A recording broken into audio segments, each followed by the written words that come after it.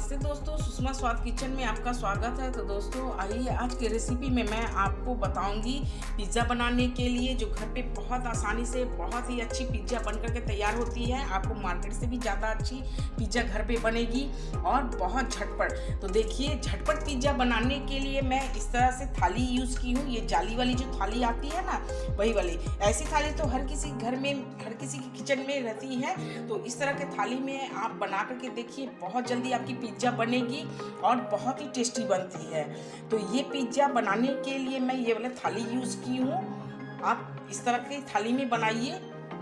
तो आइए इसकी रेसिपी मैं आपको दिखाती हूँ। मैं वेज पिज़्ज़ा बनाने के लिए मैं इस तरह कप से मेजरमेंट कर रही हूँ। मैं इसी कप से 2 कप मैं मैदा ले रही हूँ। आप चाहे तो आटा से भी बना सकते हैं, पर मैं बाहर का लुक और बाहर का टेस्ट देने के लिए मैं मैदा से बना रही हूँ। तो देखिए, मैं 2 कप मैदा ले रही हूँ इसी कप से। तो देखिए, ये 2 कप मैं मैदा ले ली हूँ। आप चाहे तो कोई कटोरी भी सेट कर सकते हैं मेजरमेंट के लिए। अब मैं इसमें देखिए 2 कप मैदा ली हूँ, तो 2 चम्मच मैं इसमें चीनी पाउडर यानी कि शुगर पाउडर ऐड कर रही हूँ। अगर 1 कप मैदा लेती तो मैं 1 चम्मच शुगर पाउडर ऐड करती। तो देखिए, 2 चम्मच शुगर पाउडर डाली हूँ और हाफ चम्मच नमक, 1 चम्मच बेकिंग पाउडर। अगर आप 1 कप मैदा लेते हैं तो उसमें हाफ चम्मच बेकिंग पाउडर डालते हैं। मैं 2 कप मैदा ली हूँ, इसीलिए मैं 1 चम्मच भर करके बेकिंग पाउडर ले रही हूँ। और देखिए, हाफ टी स्पून मैं बेकिंग सोडा ली हूँ, यानी कि मीठी सोडा। मैं 2 कप में half tea spoon baking soda डाल रही हूँ। अब मैं इन सबको अच्छी तरह से इस तरह से मिक्स कर लेती हूँ। अगर आप 1 कप मैदा लेते हैं तो आपकी 2 पिज़्ज़ा बनकर तैयार होगी। मैं 2 कप मैदा ली हूँ, तो इसकी 4 पिज़्ज़ा बनकर तैयार होगी मेरी। तो देखिए, इस तरह से मैं मिक्स कर ली हूँ। अब मैं इसी कप से हाफ कप दही डालूंगी। तो देखिए, मैं 2 कप मैदा ली हूँ, इसीलिए मैं हाफ कप इसी कप से दही डाल रही हूँ। अगर मैं 1 कप मैदा लेती तो मैं 4 चम्मच ही दही डालती।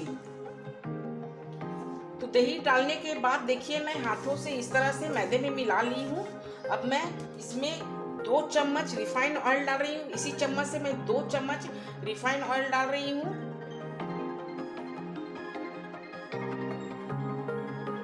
आप चाहे तो इसकी जगह पे बटर भी डाल सकते हैं या घी भी डाल सकते हैं। और देखिए, दही वाले कप में ही मैं पानी ली हूँ और इसमें थोड़े थोड़े पानी डाल करके एक सॉफ्ट डो तैयार कर लेती हूँ। पिज्जा के बेस बनाने के लिए आप डो बिल्कुल सॉफ्ट बनाएं, तभी आपकी पिज्जा की बेस बहुत अच्छी बनेगी। देखिए, इस तरह से बहुत ही सॉफ्ट है। मैं थोड़ी सी और पानी इसमें डाल करके अच्छी तरह से सॉफ्ट कर लेती हूँ। देखिए, बिल्कुल 1 चम्मच जैसे ही पानी डाली हूँ, ज़्यादा नहीं डाल रही हूँ। तो देखिए, मैं बड़े साइज की बर्तन इसलिए ली हूँ ताकि मैं आटे अच्छी तरह से लगा सकूँ और इसे अच्छी तरह से इस तरह से मसल कर पटक कर अच्छी तरह से डो को तैयार कर सकूँ। देखिए, बिल्कुल सॉफ्ट है। अब मैं हाथों पे हल्की सी तेल लगा करके इस तरह से आप अच्छी तरह से डो को मिला लीजिए। हाथों पे ले करके आप आटे को इस तरह से पलट कर इस तरह से एक गोल जैसा बना करके आप इसे लगभग 20 मिनट के लिए ढक करके छोड़ दीजिए। देखिए, डो के ऊपर मैं हल्की से इस तरह से तेल ग्रीस कर दी हूँ और तेल ग्रीस करने के बाद मैं एक टॉवेल से इस तरह से ढक करके छोड़ देती हूँ 20 मिनट के लिए। और तब तक मैं सब्जी काट लेती हूँ। जो मैं पिज्ज़ा में लगाऊंगी वो सब्जी मैं सारी काट करके रेडी कर लेती हूँ। तो देखिए फ्रेंड, जब तक मैं डो को रखी थी रेस्ट में, तब तक मैं सारी सब्जियां इस तरह से कट कर ली हूँ।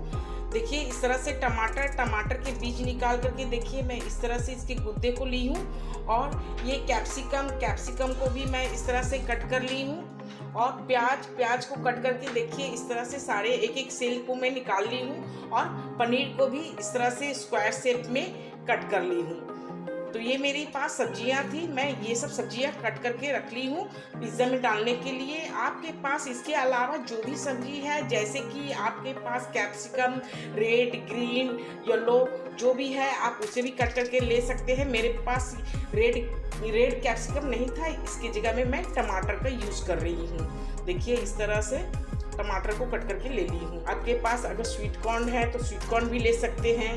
और चलिए अब मैं डो को चेक कर लेती हूँ। देखिए डो भी मेरी बहुत अच्छी सॉफ्ट और अच्छी तरह से फूल गई है। मैं इसे एक बार फिर से अच्छी तरह से मसल कर इसे सॉफ्ट कर लेती हूँ। तो देखिए इस तरह से मैं हाथों पे तेल लगा ली हूँ और इसे एक बार फिर से मैं इस तरह से मसल करके चिकना कर लेती हूँ। मैं आपको दिखाती हूँ, देखिए मेरी डो कितनी अच्छी पूरी स्टिकी तैयार हुई है। देखिए इस तरह से, तो इस तरह से देखिए मैं हाथों पे सूखे आटे जैसे लगा ली हूँ। अब मैं इस डो को मैं 4 भाग में कट कर लेती हूँ। देखिए इस तरह से 4 भाग में कट कर ली हूँ। तो आइए मैं एक भाग लेकर के आपको पिज्जा का बेस बना करके दिखा रही हूँ। तो देखिए पिज्जा के बेस बनाने के लिए मैं एक चकले ले रही हूँ और एक बेलन ली हूँ। इस पे मैं सूखे मैदे इस तरह से स्प्रिंकल कर दे रही हूँ। और देखिए एक मैदे का इस तरह से बॉल बना लेती हूँ। देखिए इस तरह से बॉल तैयार कर लीजिए और इसके ऊपर भी सूखे मैदे स्प्रिंकल कर दीजिए।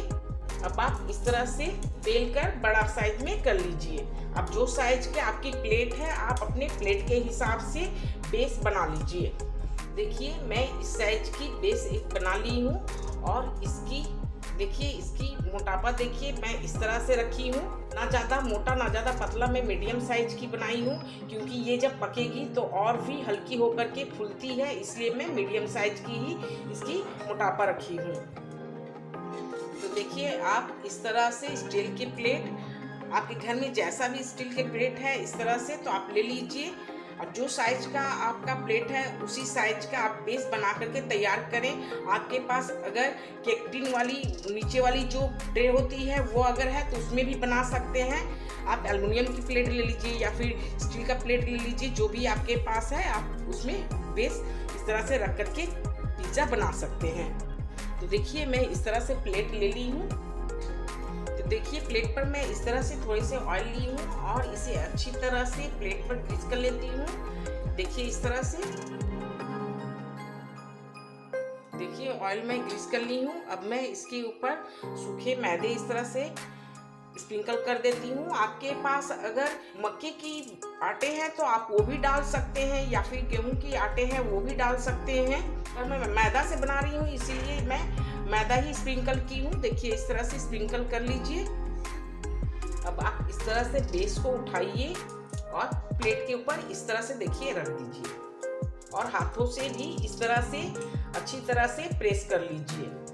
अगर कहीं कहीं पर ज़्यादा मोटा आपको लग रहा तो इस तरह से उंगलियों से दबा करके इस तरह से प्रेस कर लीजिए। देखिए मैं इस तरह से उंगलियों से दबा करके प्रेस कर ली हूँ। अब आप इस तरह से एक फॉक लीजिए और फॉक के द्वारा आप सारे पिज्ज़ा में इस तरह से हॉल कर दीजिए ताकि आपकी पिज्ज़ा फूले नहीं तो ये क्या होगी, हॉल नहीं कीजिएगा तो आपके ये पिज्ज़ा जैसे कि पूरी कचौड़ी बनाते हैं ना उस तरह से फूल जाएगी।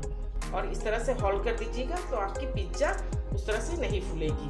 तो देखिए पिज्ज़ा में इस तरह से फॉक के द्वारा हॉल करने के बाद मैं ये पिज्ज़ा सॉस इस पर लगा देती हूँ। आपके पास अगर पिज्ज़ा सॉस है तो पिज्ज़ा सॉस लगा दीजिए, अगर नहीं है तो आप केचप भी लगा सकते हैं, सेजवान चटनी है वो भी लगा सकते हैं।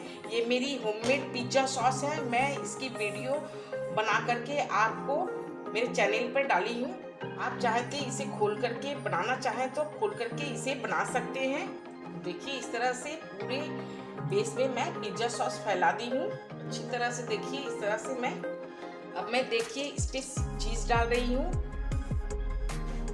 आपके पास अगर चीज़ है तो ज़रूर डालिए, अगर नहीं है तो कोई बात नहीं, आप बिना चीज़ का भी बना सकते हैं पिज्ज़ा। आप उस पर पनीर भी ग्रेट करके इस तरह से डाल सकते हैं। देखिए अच्छी तरह से इस तरह से बेस पे फैला दीजिए।